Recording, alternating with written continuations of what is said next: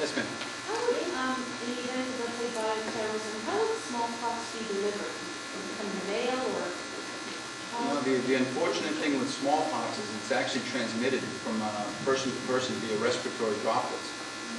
So what would have to happen is somebody to actually be infected with it, or almost like a suicide bioterrorism, and actually infect person to person.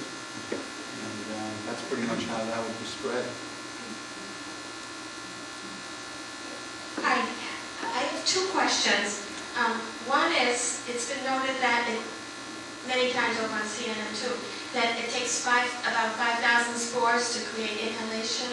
How would you measure 5,000 spores? Would it be like a pinch of salt or a teaspoonful, or, you know, like if it comes in the mail or something like that? I just wondered. It's a good question. To be honest with you, I would guess it would be probably even, again, this is a guess, it would probably be very, very minute, probably not even noticeable.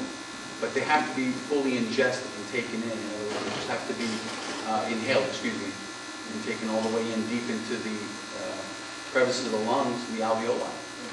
I've been also led to believe that it's so small that you can't even see it. Is that true?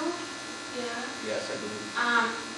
So my next question might not be as important, but what would the texture of anthrax be? Would it be like granular or powdery? You know, they keep saying... Well, the whole thing is, if it's used in bioterrorism, it's probably going to be attached to some sort of vehicle. When they use it in bioterrorism, when they were preparing it in Iraq and other places, they're trying to find ways to make it go airborne. So they try to connect it to, actually I believe it's some sort of powder, like a carbon or some sort of stone material that's grinded down that becomes very fine. I don't recall exactly how that works, but that helps keep these spores up and in the air, so that it'll stay up there longer. But that's how they would do it in a sense for bioterrorism. Any other questions? That's it? Nobody else has anything else to ask? Listen, Vic.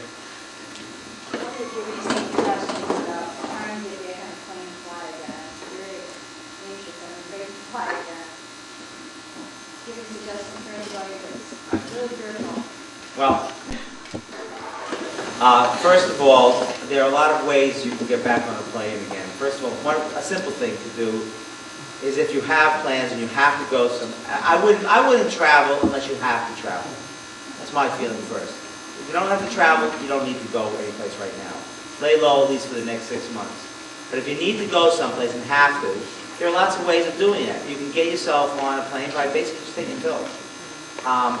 There are anti-anxiety medications that can help you get through that process if you have to do it. The other thing is you have to recognize that those people who I know are traveling now, they have to, for business, have told me, at least in the last, I'd say the last 3 weeks, I don't know about before that, but the security has really buffed itself up, and people are being checked out, and so the security is much greater. And frankly, I think with the security much greater, it's probably much safer to fly than it's been for years. So you have to look at it that way too. It's much safer.